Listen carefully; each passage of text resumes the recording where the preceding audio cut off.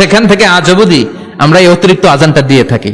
এটা নবীর সুন্নাত না, এটা সাহাবীর সুন্নাত। একটু বুঝাতেই হবে, কারণ তোর ধর্মের সম্বন্ধে কমই জানা আছে। সারা পৃথিবীতে মুসলিম রাষ্ট্র ভুরি ভুরি আছে, সেটা গোটা পৃথিবীর লোক জানে। নতুন বিধর্মীর বাচ্চা সেটা বোঝানোর কোনো প্রয়োজন নেই, আর তোর লেকচার কেউ শোনার জন্য বসেনি। তাহলে তো অবশ্যই 5 ওয়াক্ত নামাজ পড়া হয় কি? আমি বুঝি না মা, 5 ওয়াক্ত নামাজ বোঝেন না? আমি নামাজ বাংলাদেশে যত মাজার আছে সব মাজারের নিরাপত্তা দিতে হবে। গত পরশুদিন যে হামলা হয়েছে, আমি আপনাদের কাছে দেখাবো শাহ আলী মাজারকে কেন্দ্র করে ফেসে গেলেন মিজানুর রহমান আজারে হুজুর। কিন্তু কিভাবে, যাত্রা জানলে অবাক হয়ে যাবেন। আর এখন চলুন কথা না বাড়িয়ে আমরা এক এক করে ভিডিওগুলো দেখে আসি। এই যে শোন, ভেবেছিলাম আমি ধর্ম নিয়ে বা রাজনীতি নিয়ে কোনো কথা বলবো না। তার মানে তুই আমাকে বলবি, আমার ধর্মকে বলবি, আর যেই যা মানুক না কেন আমি মানতে পারি না, কারণ আমি একজন সনাতনী। এবার তোকে তোর কথার উত্তরগুলো আমি দেই। ধার করা ধর্ম নিয়ে জন্ম হয়েছে তোর, যার জন্য তোকে একটু বুঝাতেই হবে, কারণ তোর ধর্মের সম্বন্ধে কমই জানা আছে। সারা পৃথিবীতে মুসলিম রাষ্ট্র ভুরি ভুরি আছে, সেটা গোটা পৃথিবীর লোক জানে। নতুন বিধর্মীর বাচ্চা সেটা বোঝানোর কোনো প্রয়োজন নেই, আর তোর লেকচার কেউ শোনার জন্য বসেনি। প্রথম কথা এটা। দ্বিতীয় কথা হচ্ছে, ভারতবর্ষে জন্ম নিয়েছি হিন্দু হয়ে। আমার জন্ম নেওয়ার পরে হিন্দু হতে হয়নি। আমার যখন জন্ম হয়েছে তখন আমি হিন্দু হয়ে জন্ম নিয়েছি। এটাই আমার গর্ব যে আমি ভারতীয়, আমি সনাতনী। আরেকটা কথা শোন, গোটা পৃথিবীর মধ্যে একটা দেশেই হিন্দুরা আছে, এ কথা সত্যি। সেই একটা দেশের হিন্দুদের সাথে তোরা এতগুলো দেশ মিলে, তোরা যত মুসলমান কান্ট্রি আছিস, সব দেশের কথা বলছি, এতগুলো দেশ মিলে চক্রান্ত করেও সেই একটা দেশের হিন্দু তাদেরকে কিছু করতে পারছিস না। তাদের একটা চুলও হিলানোর যোগ্যতা তোদের গোটা পৃথিবীর মুসলমানদের নেই। আর বড় বড় লেকচার মারছিস। আমাদের দেশে একটাই দেশ, হিন্দুস্তান। এইবার শোন, আমি তোকে বলি, এই হিন্দুস্তানেই হিন্দুরা আছে, আর পৃথিবীতে সব থেকে ভালো আছে। আর তোদের মুসলমানরা বাংলাদেশ থেকে এদেশে এসে অবৈধভাবে থেকে খেয়ে, আমাদের হাগুমুতু খেয়ে কোনো মতে জীবন জীবিকা বাঁচাতো। শেষে কিনা তারা এখন এদেশে আমরা থাকতে দিচ্ছি না বলে লজ্জা করে না তোদের? লজ্জা করে না তোদের সব মা বোনেরা, তোদের ভাই বোনেরা, তোদের সব ছেলে মেয়েরা এদেশে এসে আস্তা কুকুরের মতন রাস্তাঘাটে যেখানে সেখানে হাগুমুতু করে যেখানে পায় সেখানে খায়, আর সেখানে থেকে লাস্টে যখন আমরা বলছি আমাদের ভাগের থেকে আমরা কেন দেবো, এটা আমাদের কোনো ধর্মশালা নয়, এখানে আমরা কাউকে রাখবো না, তখন সুসুর করে তারা নিজের মতন চলে গেছে। তোরা এতটাই বেহায়া বাংলাদেশের মুসলমান, তোদের রাজনীতি এতটাই নিম্নমানের, তোদের মনোভাব এতটাই খারাপ যে তোদের এই মানুষকে তোরা এখন অস্বীকার করছিস, আবার লেকচার মারাতে আসছো ভারত নিয়ে। ভারত মনে রাখিস হিন্দুস্তান। আরেকটা কথা মনে রাখবি, ভারতের যদি একজন হিন্দু বেঁচে থাকে না, তোদের মতন বিধর্মী কিছু এই যে ধার করে ধর্ম নিয়েছিস, তোদেরকে সোজা করার জন্য একটা হিন্দুই যথেষ্ট। মাথায় রাখবি বিধর্মীর বাচ্চা, তোর তো ধর্ম বলে কিচ্ছু নেই। যেটা তোকে বোঝা গেল, তোর ধর্ম বলে কিচ্ছু নেই। তুই যে ভাষায়, যে কুরুচিকর ভাষায় আমাদের দেশের প্রধানমন্ত্রী ও মুখ্যমন্ত্রী, আমাদের দেশ, আমাদের ধর্মকে তুই আক্রমণ করেছিস, আমি আরো অনেক কিছু বলতে পারলাম। আশা করি এটুকুই তোদের জন্য যথেষ্ট। তবে আমি এটা বলছি, কান খুলে শুনে নে, কিছু ফলোয়ার্স মারানোর জন্য হিন্দুদেরকে ছেড়ে দে, কিছু ফলোয়ার্স মারানোর জন্য ভারতকে ছেড়ে দে, ভারতের প্রধানমন্ত্রীকে ছেড়ে দে। আমি বলে দিচ্ছি, বাংলাটা মুসলমানটা যদি এক সাইডে হয়, ইন্ডিয়ার একটা হিন্দুর পাশে এসে দাঁড়ানোর মতন যোগ্যতা রাখে না, কারণ এটা হিন্দুস্তান। এদেশের শিক্ষা, এদেশের টেকনোলজি, এদেশের প্রধানমন্ত্রী সবার সেরা, আর এদেশের হিন্দু সনাতনীরাও সবার সেরা। ক্ষমতা থাকলে পরে তোদের দেশের যত মুসলমান এখানে আছে, সসম্মানে নিয়ে গিয়ে বাড়িতে গিয়ে তাদেরকে ওই জায়গায় রেখে খাওয়াইয়ে তারপরে বল যে আমরা ভিখারি না, আমরা কারুর দেশে ভিক্ষা চাইতে যাই না, আমরা কারুর দেশে ভিক্ষা খাই না। জানোয়ারের বাচ্চা, বিধর্মীর বাচ্চা, ধার করা ধর্ম। একটা কথা বলতে পারিস, যখন সনাতনীরা জন্ম নিয়েছিল, যখন সনাতন ধর্ম এসছিল, তখন তোর বাপ দাদারা কোথায় ছিল? আর তোর যখন জন্ম হয়েছিল, হওয়ার পরে একমাত্র তুই ইসলাম হওয়ার জন্য কেন তোর আগাটাকে ছেটেছিলিস? এই কথা বলবি সনাতনীদেরকে ধর্ম নিয়ে। প্রত্যেকটা কথার মধ্যে দেখেন আমাদের ধর্ম, আমাদের ধর্মগুরু, আমাদের ভারতবর্ষ, আমাদের দেশের প্রধানমন্ত্রী, মুখ্যমন্ত্রী সবাইকে অবমাননা করেছে। একটা কথা বলছি শোন, বাংলাদেশ, যদি তোর দেশের এই সমস্ত ক্রিয়েটারদেরকে যদি লাগাম না দিতে পারিস, যদি তোর দেশের মোল্লাদেরকে যদি শিকল দিয়ে বেঁধে না রাখতে পারিস, তার শিক্ষা দেওয়ার দায়িত্ব আমি ভারত থেকে নেব। আর একবার যদি আমার দেশের প্রধানমন্ত্রী, এমনকি আমার দেশের মুখ্যমন্ত্রীদেরকে নিয়ে যদি কোন রকম কুরুচিকর কথা তোদের আর যদি শুনি, তাহলে মনে রাখবি যে আমি মান সম্মানের ভয়ে চুপ করে থাকবো, এটা কিন্তু মাথায় রাখবি না। সবার আগে আমার দেশ, সবার আগে আমার ধর্ম। আমার ধর্মকে রক্ষা করার জন্য, আমার দেশকে রক্ষা করার জন্য প্রয়োজনে আমি জীবন দিতে রাজি আছি। কিন্তু তোদের মতন বিধর্মীদের মুখ থেকে, তোদের মতন এই যে মোল্লা আলেম বাজে বাজে যে বাংলাদেশের ফালতু মার্কা যে গরু খাওয়া লোকগুলো আছিস, তোদের মুখ থেকে আমরা আমাদের ধর্মের কোনো খারাপ কথা শুনতে চাই না। মাইন্ড ঢুকিয়ে নিবি এখানে। মানে আপনারা কি ধর্মে বিশ্বাসী? ইসলাম ধর্ম হলো বড় ধর্ম, শ্রেষ্ঠ ধর্ম। ইসলাম ধর্ম। তাহলে তো অবশ্যই 5 ওয়াক্ত নামাজ পড়া হয় কি? আমি বুঝি না মা 5 ওয়াক্ত নামাজ। নামাজ বোঝেন না? আমি নামাজ বুঝি না। এই যে যেমন তার রোজু সঠিক, তার নামাজ সঠিক। হ্যাঁ মা, তুমি যদি একটা দিলে আমি খুশি হইতাম। না, আমার কাছে তালা নাই। একটা দিলে আমি খুশি হইতাম। আমার কাছে তো তালা মায়ের নাই। হাতে তালা, বাবার হাতে তালা নয়, মায়ের হাতে তালা। তালা কি বাপ, সঠিক না? তাহলে মা যদি দিত আমি একটু খুশি না? এদিন বাবার কাছে খুশি না, বাবার বহুত আছে, মা কেউ নেই, তুমি একটা মা। কোনো এটা লিয়ে যাবে মা তুমি।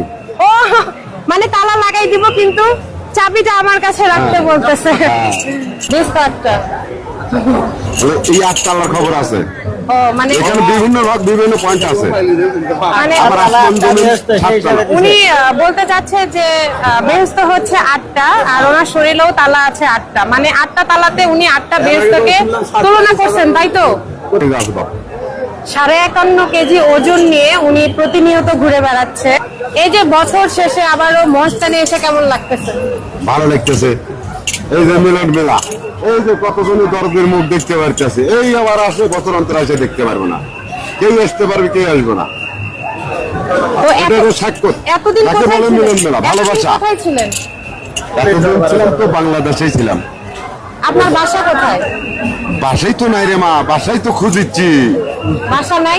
না, একটা ঠিকানা আছে সিরাজগঞ্জ জেলা, সেই তারাস থানা, গ্রামের নাম প্রতিরামপুর, আমার নাম জহির বাংলা। ওনার নাম কিন্তু জহির পাগলা, আমরা ওনার নাম জানতাম না, আজকে নামও জানলাম। জোহরের নামাজ কয় রাকাত? এটা নিয়ে আমার সঙ্গে বসতে হবে বাবা। বসতে হবে কেন?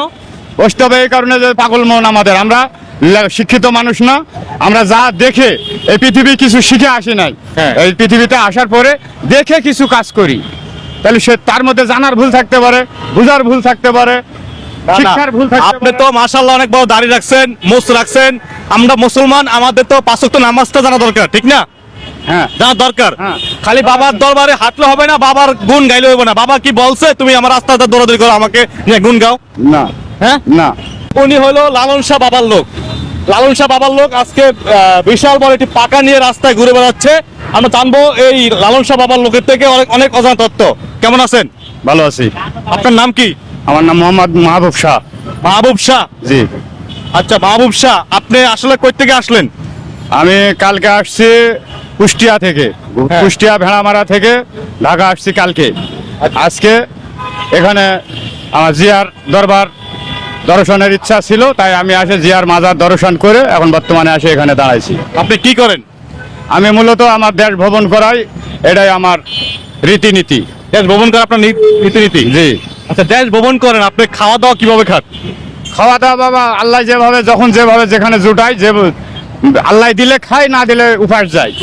তাই? জি আচ্ছা, আপনি তো আল্লাহকে বিশ্বাস করেন নাকি? জি নামাজ পড়েন? জি নামাজ পড়েন? জি। 5 ওয়াক্ত পড়েন? 5 ওয়াক্ত পড়ি না, আমাদের তরিকা অনুযায়ী যেটা সেটা পড়ি বাবা। আপনার তরিকা কোনটা? আমাদের রাসূলের তরিকা। আচ্ছা, সেই তরিকার ভিতরে পার্থক্য কি আছে আমার তরিকার সাথে? আছে, অনেকই পার্থক্য আছে। এখানে আহলে বায়াতের ব্যাপার আছে। আহলে বায়াত কোরআনের 82 জায়গায় লেখানো আছে বাবা। সে বায়াত সবাই নেয় না, বায়াতের মুসলমান সবাই হয় না বাবা। আপনি কি মুসলমান?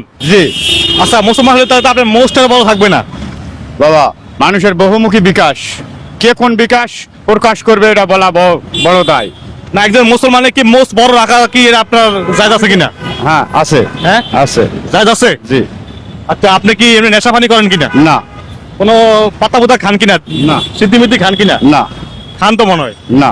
হ্যাঁ? বিড়ি খাই। খাইলে কোন সমস্যা নাই, কোনো বিড়ি খাই। বিড়ি খান? জি। নেশা খান না? না মানে আপনি সিদ্ধি খান না? না সত্যি বলতেছেন? না। আচ্ছা, আপনি তো সিদ্ধি খান অনেকে বলে আমাকে। বলতে পারে, হুম? অনেকের চোখে অনেক কিছুই হইতে পারে, ধরতে পারে, বলতে পারে, কিন্তু আপনারা দেখেন তদন্ত করে। আচ্ছা, আপনি তো একজন বাবার দরবারের লোক, ঠিক না? বাবার লোক আপনি, লালন শাহ বাবার লোক আপনি, ঠিক না? তো আপনি তো নামাজ পড়েন। হ্যাঁ। আচ্ছা, আসরের নামাজ কয় রাকাত? আসরের নামাজ হলো ফরজ 4 রাকাত। হ্যাঁ, ফরজ নামাজ 4 রাকাত। এটাকে পরস্পর হয় নাকি? তো আপনারা তো বুঝতে পারলেন উনি বাবার লোক, উনি হলো লালন শাহ বাবার লোক নাকি? তো উনি বাংলাদেশের সবচেয়ে বড় হাত পাখা নিয়ে রাস্তায় হাঁটতেছেন। সালমান খান, শাহরুখ খান আর আমির খান এরা কেউ মুসলমান না, কিন্তু কেন? কারণ এরা সেকুলার ধর্মে বিশ্বাসী। সালমান খানের বিষয়টাই দেখুন, তার দুজন মা, এক মা হিন্দু আর এক মা খ্রিস্টান, আর তার আপন মা হচ্ছে হিন্দু, আর সে এসব বিষয়কে স্বাভাবিক মনে করে। দেখুন সে কি বলে। कि आप गणेश की पूजा करते हैं? In every religion, I believe कि you have to respect somebody else's religion. जब आप किसी और के रिलीजन की आप इज्जत करोगे, तभी आपके मजहब की रिस्पेक्ट वो करेंगे। और मैं तो दोनों साइड से हूँ सर, माँ हिंदू, बाप मुसलमान, सेकंड मदर कैथोलिक, तो पूरा secular परिवार। सर हाँ, हम हिंदुस्तान है सर। আর শাহরুখ খানের বাড়িতেই তো পূজা হয়, তার বউ হিন্দু, সে সব ধর্মকে সমান মনে করে, এমনকি সে এসব বিষয়কে গর্বের সাথে বলে বেড়ায়। দেখুন সে I'm কি বলে। Islamic by birth, so I believe in Allah. And the strange thing is, my wife is Hindu, so I've read the books that she follows. I do the puja that she does, and I realize strangely that the language is very different, but the message is exactly the same. We all need to really trust and believe in our religions, whatever religion we belong to. আর আমির খানও same, সে 3 জন নারীকে বিয়ে করেছে, 3 জন নারী হিন্দু, আর তার সন্তানদের অধিকাংশই হচ্ছে নাস্তিক, এবং এও সব ধর্মকে সমান মনে করে। দেখুন সে কি বলে। जब मैं लोगों को देखता हूँ तो मैं उनका धर्म नहीं देखता हूँ, मुझे एक इंसान नजर आता है। I don't see peoples religion, और मैं हर धर्म की इज्जत करता हूँ और लोगों की इज्जत करता हूँ। आप जाते हैं धार्मिक स्थलों पर, मंदिर, मस्जिद, जी गुरुद्वारा? जी मैं जाता हूँ। आपने कलावा बांध रखा है और कड़ा पहन रखा है? जी जी जी, ये तो गंडा है जो मेरी गुरुजी ने मेरे लिए बांधा है सिंगिंग के लिए। क्या नाम है आपके गुरुजी? सुचेता भट्टाचार्य जी। तो ये उसका है, और ये कड़ा जो है, मुझे गुरु नानक जी पे बड़ा मतलब इमोशनली मैं उनकी बातों से बड़ा प्रभावित हूँ। उनके विचारों में, उनकी बातों में एक बहुत ज्यादा मोहब्बत और प्यार झलकता আর है। এসব সেকুলাররা একটা চালাকি করে। কি চালাকি? যদি লোকেরা তাদের ব্যাপারে এই ধারণা করে যে তারা এই ধর্মের অনুসারী, তখন তারা লোকদেরকে বোকা বানানোর জন্য সেই ধর্মের কথা এমন ভাবে বলে যাতে করে সেকুলারিজম প্রতিষ্ঠিত হয়। আর হ্যাঁ, মানুষ হিসাবে তারা কেমন সে বিষয়টা একেবারেই আলাদা, কিন্তু তারা যে নন মুসলিম এই বিষয়টাকে আপনাদের অবশ্যই মানতে হবে। আর মানুষ হিসাবে যদি তারা ভালো হয়, তাহলে হয়তো দুনিয়াতে তাদের একটু যশ খ্যাতি হবে, কিন্তু আখিরাতে তাদের কোনো অংশ নাই। আর এই বিষয়টা আমরা আম্মাজান আয়েশা রাদিয়াল্লাহু আনহার হাদিসের মাধ্যমে জানতে পারি। আম্মাজান আয়েশা রাদিয়াল্লাহু আনহা রাসূলুল্লাহ সাল্লাল্লাহু আলাইহি ওয়াসাল্লামকে জিজ্ঞেস করেছিলেন, ইয়া রাসূলুল্লাহ, ইন্না ইবনা জুদআন কানা ফিল জাহিলিয়া ইয়াসিলুর রাহিম। তিনি জিজ্ঞেস করতেছেন যে ইবনে জুদআন নামে এক লোক জাহিলি যুগে অনেক ভালো একজন